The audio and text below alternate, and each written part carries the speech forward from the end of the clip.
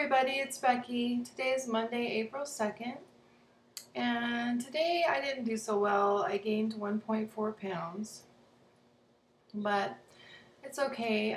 It was a rough week. I started out feeling like I was going to do a cleansing diet, and after a couple of days, I couldn't continue. I was so weak and so tired that I didn't even have enough energy to go on with my day. You know, my daughter and my stepson were in a program at their school, and it was my birthday this week, and I just had so much going on that was I was like, this is not a good time to do this. So I decided to stop that cleansing diet, but I didn't go crazy and eat a bunch of things. I mean, I did have cake for my birthday because a girl at work made me a cake on Friday, and then we also got a cake on my birthday on Saturday. So, I didn't eat a lot of it. It was just a little bit, and I didn't eat that great either. I wasn't really good at water this weekend, and I didn't exercise this weekend. So, oh no, I'm back on track today, and I'm feeling good. This week was trying for me because I had such an extreme amount of anxiety come Tuesday when I went to my counseling session. I was just in tears, and a lot of it has to do with body image and feeling bad about myself and not being able to accept myself. And that's just what I needed to talk to you guys about, is that we really need to learn how to accept ourselves along the way. It's not all about getting to that goal weight. That goal weight is not define you. That is not what makes you successful. What makes you successful is learning how to love yourself and learning how to take care of yourself and making that an important part of your life, and learning how to accept yourself. And sometimes, some of us don't get down as low as others. Some of us don't get down to that goal weight, And if you've watched some of the people that are down at their goal weight, they're not necessarily completely satisfied with themselves. I mean, sometimes they want to keep losing, even though they're obviously thin enough. Sometimes they go too far with it because it's a mental acceptance of ourselves as much as anything else. I mean, we have to be able to look at ourselves in the mirror and be happy with ourselves, but sometimes if we're not in a good state of mind, we're never happy with ourselves. And so then it crosses over into an unhealthy state of mind where you look at yourself and you're never good enough. So I struggled with that, and I'm working through that, and I've got a lot of work to do on that. But I am feeling better, and I feel like I'm on track, and I do want to lose more weight, but I'm not going to put a lot of pressure on myself of losing weight each week. What I'm going to do, though, is concentrate on exercising. I'm going to concentrate on eating right and drinking enough water and just taking care of myself and listen to my body. And if my body's feeling good and I'm feeling healthy, then that's what matters. I do know that I am an average-sized person. I know that when I go to a store, no one looks at me and says, wow, she's fat, or anything like that. So I know that I've reached. That was really one of the things that I wanted when I had weight loss surgery, was to look normal. To not stand out in a crowd as the fat girl. And I think I accomplished that. And that is a big accomplishment within itself. This weekend we went to a place where they had go-karts and slides, and we went to play mini golf. And I realized that I hadn't been to an amusement park since I lost weight, so I didn't really know, I didn't really think about it until I got on the slide, and it was no problem for me to just jump up there, walk up the 50 stairs and jump up on the slide and sit down on the slide and go down with ease. I mean, I didn't have any trouble getting up and down. I mean, it just, when it was happening, I was like, wow. It was like I almost forgot that I had lost all that weight, and I assumed that it was going to be hard for me, and it wasn't. And then I got on the go-karts with my daughter. It was a two-seater, and when I first got in, when I looked at it, I was like, wow, those seats are pretty small, And I got in, and my hips touched the sides of the seat, but I fit. And then I was like, oh no, I'm probably going to have to adjust the seat belt. I'm going to have to make it bigger.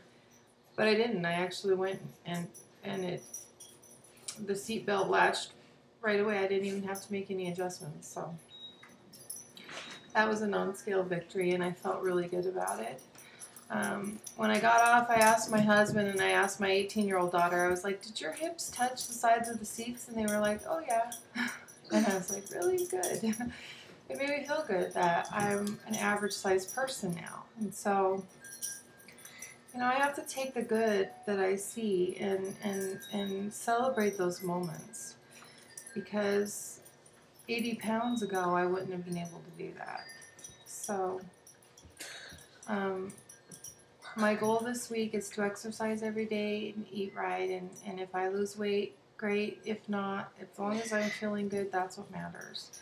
Diets just don't work, and we shouldn't put so much pressure on ourselves that we have to be perfect, that we have to get that goal weight, and that's what's going to define us, because it's not.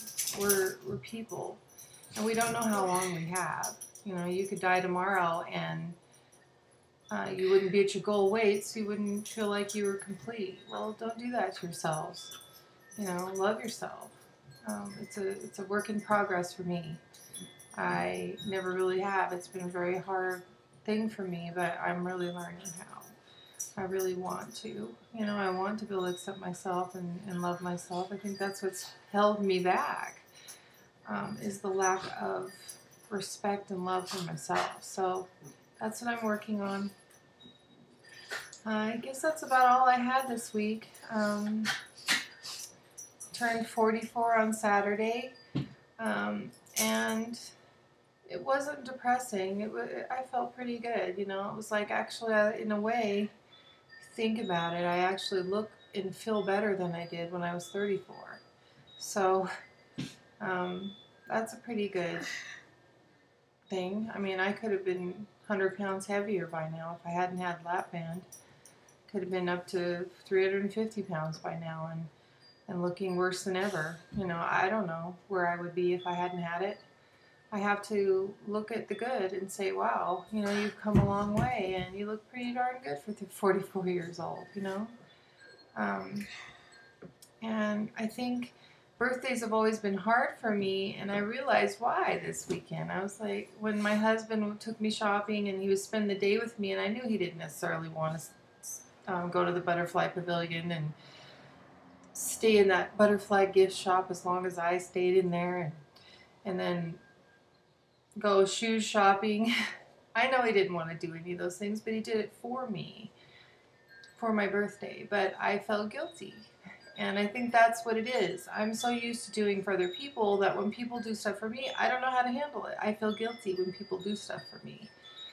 So I think that's why I don't usually like birthdays, and why they're kind of stressful for me, is because I know that I'm going to have to allow people to do stuff for me. I'm going to have the tension and the center of tension on me, and I don't necessarily feel comfortable with that. But that's all part of that self-acceptance, you know, and learning how to, like, let people love you and let people do things for you. So that's something that I have to work on too. But I let go of it a little bit this time, and it was nice. And it was really nice to feel loved, and just to know that everybody loves me, and that they didn't forget me, and they made an effort for me. So that's all that life's about, really, is the people that we love. You know, we can't take any of this with us.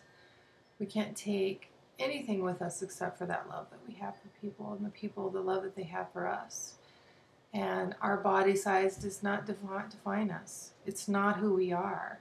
Who we are is inside. You know, I don't look at other people as critically as I do myself. I would never ever say the things I do about myself to other people. I'm never that critical of other people. So I have to learn how to not be so critical of myself. And I think what I need to do is embrace myself as a friend and say, I care about her, I respect and love her, and she deserves to be taken care of. My therapist said, you should eat healthy because you are are taking care of yourself. You should look at eating healthy as a way of pampering and caring for yourself. Eating healthy shouldn't be a punishment, you know? And I think a lot of us, you know, overweight, previously obese people always looked at healthy food as a punishment, a diet. Oh no, I gotta eat vegetables. Oh man, I gotta drink a bunch of water. It was always like a punishment to us. It wasn't ever a reward, you know? So when she said that, I was like, wow, you know, that is a great way of looking at it. That I choose to be kind to myself. I choose to take care of myself because I deserve it. Not because I'm punishing myself to, oh geez, I gotta exercise and eat right. And look at it as a punishment because we've always thought of those unhealthy foods as comfort. And that was the problem. Somehow we have to switch it around to where healthy foods are a comfort. Healthy foods are our reward for ourselves because we care about ourselves. So I thought you guys might like that concept and try to use it too. So that's all I had today. I hope that you guys have a wonderful week, and I will see you again on Monday. Bye.